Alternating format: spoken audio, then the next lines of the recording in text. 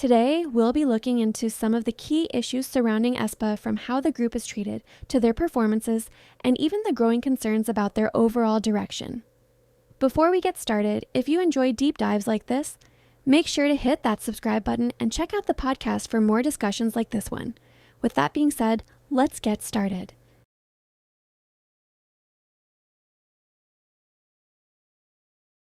Giselle's case of mistreatment goes far beyond the typical standard of K-pop mistreatment that fans usually point out. Normally, when people talk about an idol being mistreated, they mean things like being given the ugliest outfits, having fewer lines in songs, or always being pushed to the back of formations. Those issues are bad enough, but what Giselle has faced cannot simply be brushed off as the usual unfair treatment. Her situation feels much more deliberate and consistent, to the point where it becomes impossible to ignore. Let's start with her styling.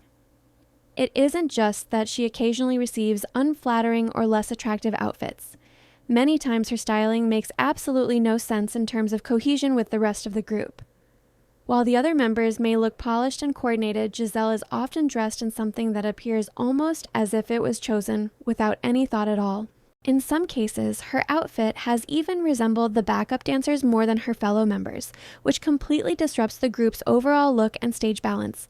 It throws off the performance visually, and it gives the impression that her appearance is not being given the same care and consideration. What's worse is that the issue is inconsistent. It may get better for a short time, only to become worse than before, creating a frustrating cycle that fans can't help but notice. Then there's the matter of solo opportunities. The lack of gigs for Giselle is striking when compared to the rest of Aespa. Karina is constantly booked with brand deals and major endorsements. Winter regularly attends events, photo shoots, and appears on variety programs. Ningning gets a healthy mix of activities. She has promotions in China, collaborations, variety shows, and plenty of photo shoots.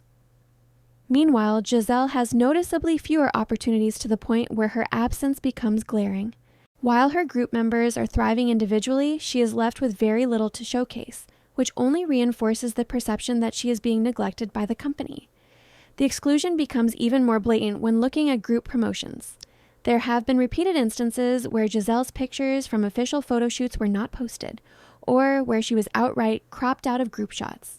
Some images have even blurred her face, and in official thumbnails or promotional materials, every other member was shown except her. One of the most shocking examples was during promotions in her own country, where the camera focused on everyone but her. That kind of treatment goes beyond simple oversight.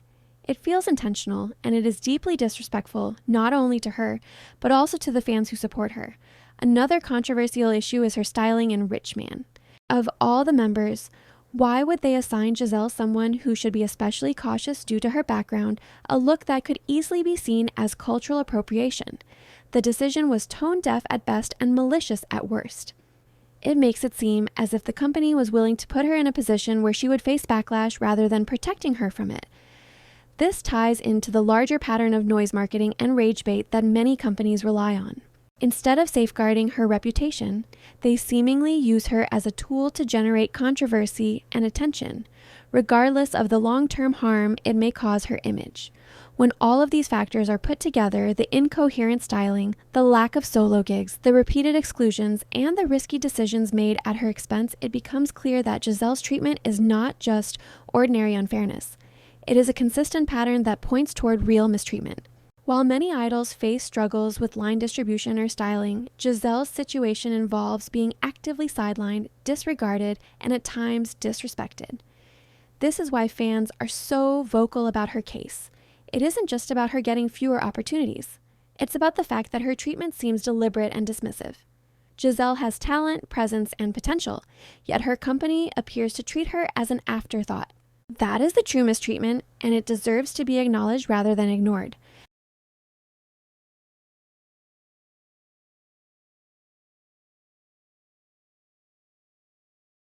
Live performances from Aespa are surprisingly rare, and that has always been a point of frustration. The group often gets dragged for lip syncing, but honestly, I don't care about that criticism. I know they can sing. That's what matters.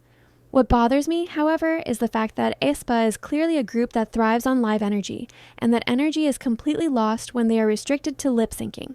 Their best performances, without question, are the ones where they sing live. On those stages, they shine as performers. They work the stage confidently, pay attention to the camera angles, deliver strong facial expressions, and hype the crowd up in ways that feel natural and engaging. There's a spark in those performances that reminds you why Aespa is so talented and captivating. But when they are forced to lip sync, everything feels different. Their energy drops, their expressions are flat, and sometimes it even feels like they're just going through the motions. Occasionally, they put in the effort to sell the performance, but other times it's obvious that the lack of live singing drains the excitement from the stage. This is why Aespa does noticeably better with live stages. Performing live gives them a chance to showcase not only their vocal abilities, but also their charisma and chemistry as a group. Unfortunately, SM Entertainment rarely gives them that freedom. For reasons I can't understand, the company continues to restrict them, prioritizing polished but lifeless lip-sync stages instead of letting them perform to their full potential. Now, I've said before that I don't think lip-syncing itself is inherently a big deal, and I stand by that, but it becomes a problem when it directly affects the quality of the performance, as it does with Aespa.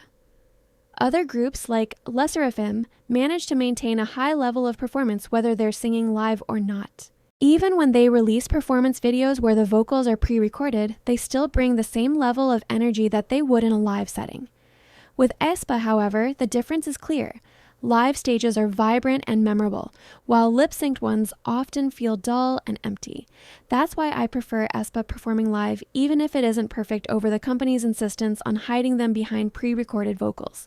They are strong enough vocally to hold their own and captivating enough as performers to carry a stage without relying on playback.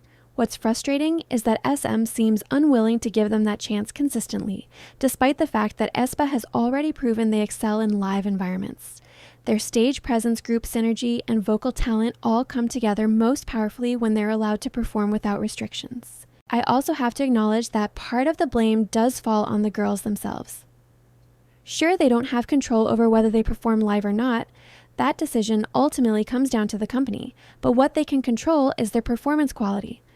The level of effort, energy, and engagement they bring to the stage is entirely within their power. They don't have to stand there with blank expressions like mannequins. Stage presence, facial expressions, and overall energy are aspects every performer can work on regardless of the situation. That's something they can control, and they should be giving their best every time they step on stage, even if the circumstances aren't ideal. And let's be clear, improvement isn't the issue here. They have improved, and that's undeniable. The issue is that they can do better, but they just aren't putting in the effort to be better. They're way too inconsistent. One performance will look alive and confident while the next feels completely checked out. That inconsistency is what makes it so frustrating to watch because it proves the potential is there. It's just not being used. What frustrates me most is seeing people constantly defend lackluster performances with excuses like they can do better, because that's exactly the problem. They can do better, they just aren't doing it. At this point, it's starting to feel disrespectful both to the audience and to their own potential. It's not that improvement is impossible, it's that the effort doesn't seem to be there. This isn't an issue that can be fixed, it's an issue that simply isn't being addressed.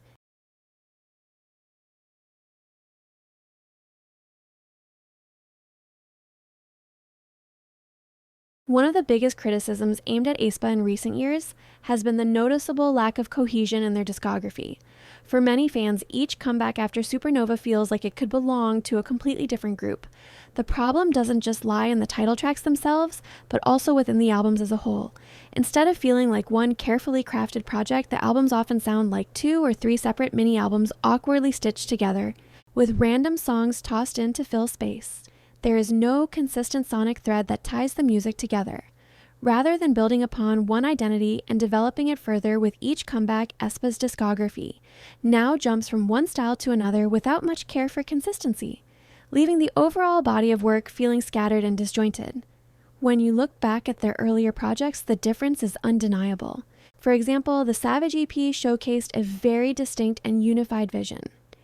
Even if you didn't personally like every song, tracks like Yeppy Yeppy and Energy may not have been everyone's taste, they still felt like they belonged on the same album.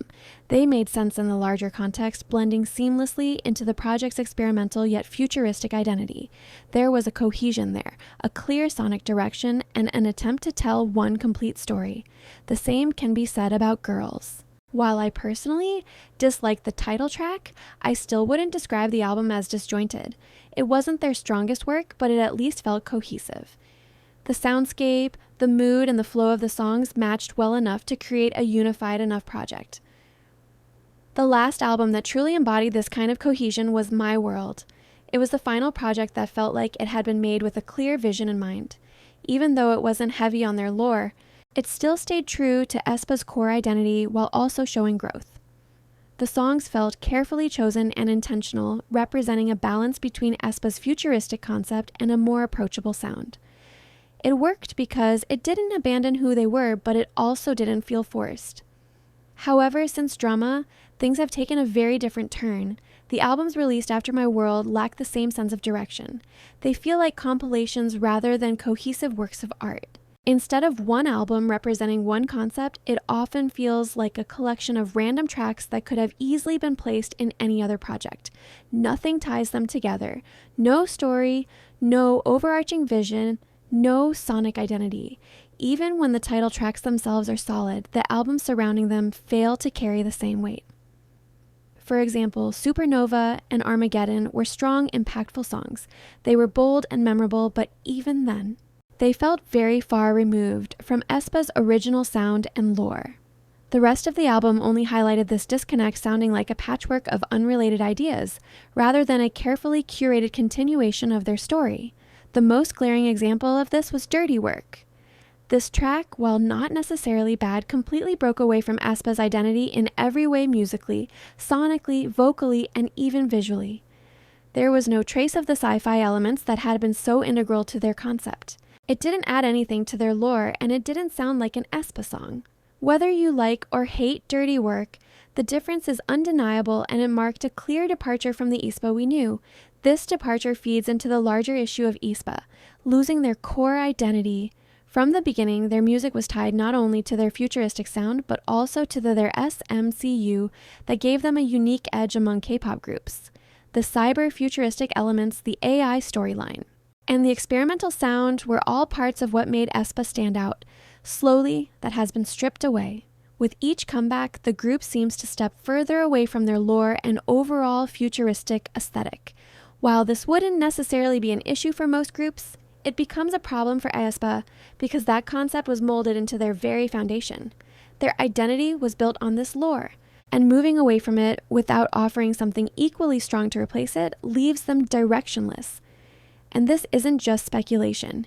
It's clear when you look at the timeline of events. Aespa managed to maintain their identity, lore, and concept without relying on Kwangya every second. My World proved that perfectly. Even without heavy references to their universe, the album still felt like an Aespa project because it retained their experimental edge and futuristic influence. But after My World, it's as if the group's creative direction collapsed. Armageddon in particular felt like the closing chapter to their lore, not a continuation of it. The world building stopped, and Aespa began to feel like just another group with no distinct conceptual thread. At the heart of this shift lies one undeniable factor: the departure of Lee Soo-Man. His exit from S&M Entertainment cannot be overlooked when analyzing Aespa's creative trajectory.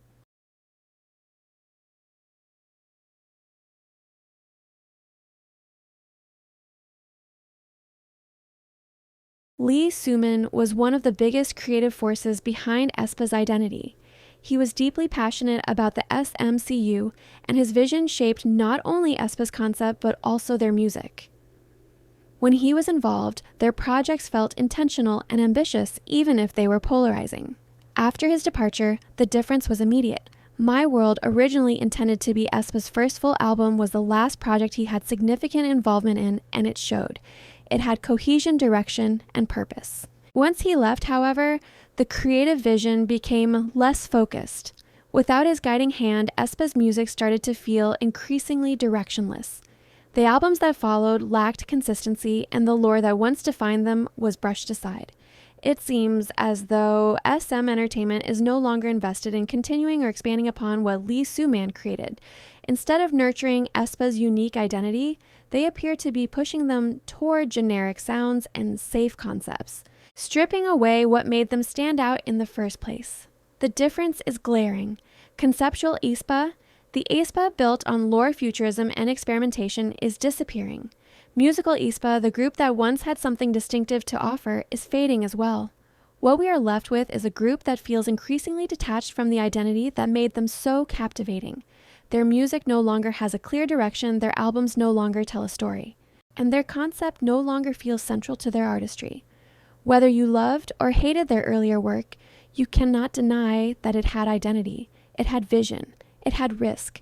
Now, Aespa's discography feels like a collection of scattered songs that could have belonged to anyone. There is nothing experimental, nothing innovative, and nothing that feels uniquely theirs. In losing their cohesion, their lore, and their conceptual strength, Aespa has lost the identity that once set them apart. And unless SM finds a way to restore that vision, the group risks becoming just another act with no defining sound or concept.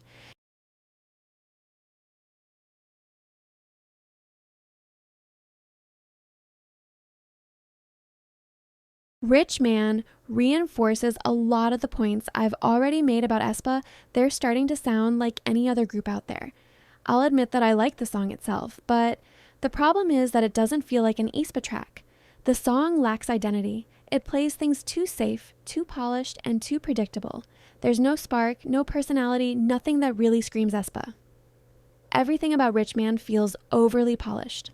The track sounds like it's been filtered and scrubbed clean until there's no real texture left, like it's been designed to be as easily digestible as possible. It's the kind of sound that feels more concerned with perfection than expression. It's almost as if the company is terrified of taking risks, of breaking away from the formula that sells. They're too scared to challenge norms, too scared to let go of that idealized idol image instead of actually trying to create an identity of their own. When I listened to Rich Man, I couldn't help but compare it to the teaser photos and video teasers we got beforehand. The promotional material suggested a darker, edgier, and more stylish direction. Something sleek but dangerous, confident but not predictable. The actual song didn't commit to that vibe at all. The disconnect is jarring. It feels like we were promised one concept but delivered something completely different, something far blander and less distinctive. That contrast becomes even clearer when you listen to the Rich Man demo. That version actually fits the teasers. It has texture, attitude, and a sense of risk that the final track completely lacks. The demo had that gritty rock sound, those rough edges, and an energy that felt alive. There was no excessive polish, no artificial smoothness, nothing that screamed manufactured. That's what made it work. It sounded authentic. It sounded like something that could have been Aespa's defining sound. The demo even included a bridge, a real bridge, something the official version doesn't have. That one addition gave the demo a stronger structure and a more dynamic payoff, the kind of satisfying moment that helps a song feel complete. The final version, in contrast, feels like it's missing that rise and fall, that emotional high point that ties everything together. Aesthetically, Aespa's styling and tone in the teasers match the demo perfectly. But when you pair those visuals with the actual release track, the two worlds clash. The visuals feel too big for the song. It's almost like SM cut out the best, most interesting parts to make the track more palatable to the general audience, but in doing so, they stripped away what made it compelling in the first place. That's what makes Rich Man so frustrating. The demo had all the right ingredients, yet the final version feels like a watered-down echo of what could have been great. I don't hate it. It's fine. It's catchy enough that I won't skip it when it comes on, but it's not something I'd ever go out of my way to play. It's the kind of song that exists in the background, pleasant enough to hear, but not strong enough to leave a mark. If they'd gone with the demo, I genuinely think I would have listened to it more often, and that's saying a lot considering I'm not a big fan of that genre. It just sounded good. The rawness made it better. The imperfections made it believable. And with that version, I think the reference would have landed harder, especially with the line, "I'm boss, I'm a bitch, and I'm insane." I know lyrics aren't the main focus, but when you're claiming, "That's me, I'm reckless." Yet the song itself plays things as safely as possible. It strips away any real impact or edge. There's no bite to it. There's no sense of confidence, just the performance of it.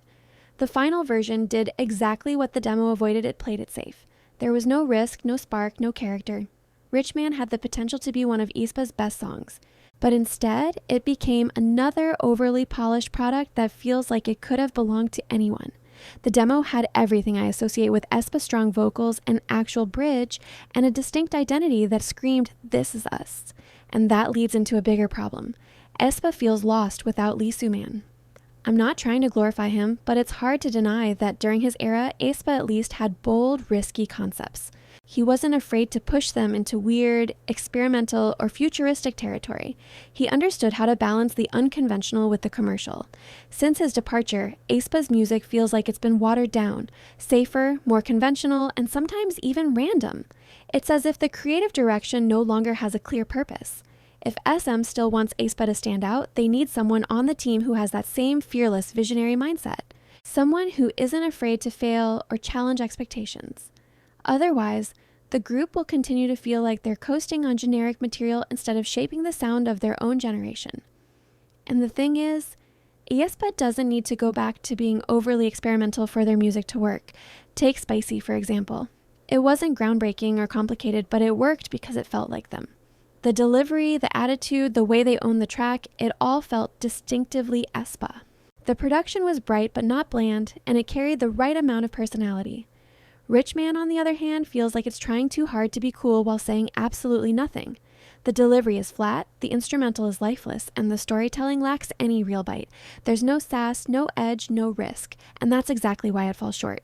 At the end of the day, Rich Man isn't a terrible song. It's fine, it's listenable, even enjoyable at times, but it's also the kind of release that makes me question where Aespa is heading as a group. Right now, they feel less like the innovators they debuted as and more like followers of trends that others have already set. For a group that came out of the gate with such a unique, forward-thinking identity, that's disappointing. Rich Man could have been a song that reminded people of what makes Aespa different. Instead, it became another overly safe, overly polished product. The demo version had the spark, the structure, and the attitude that screamed, "This is us." The final version, on the other hand, said this is what's safe. And that, more than anything else, perfectly sums up the current state of Aespa, a group with all the potential in the world, but stuck in a system too afraid to let them take the risks that could make them truly great.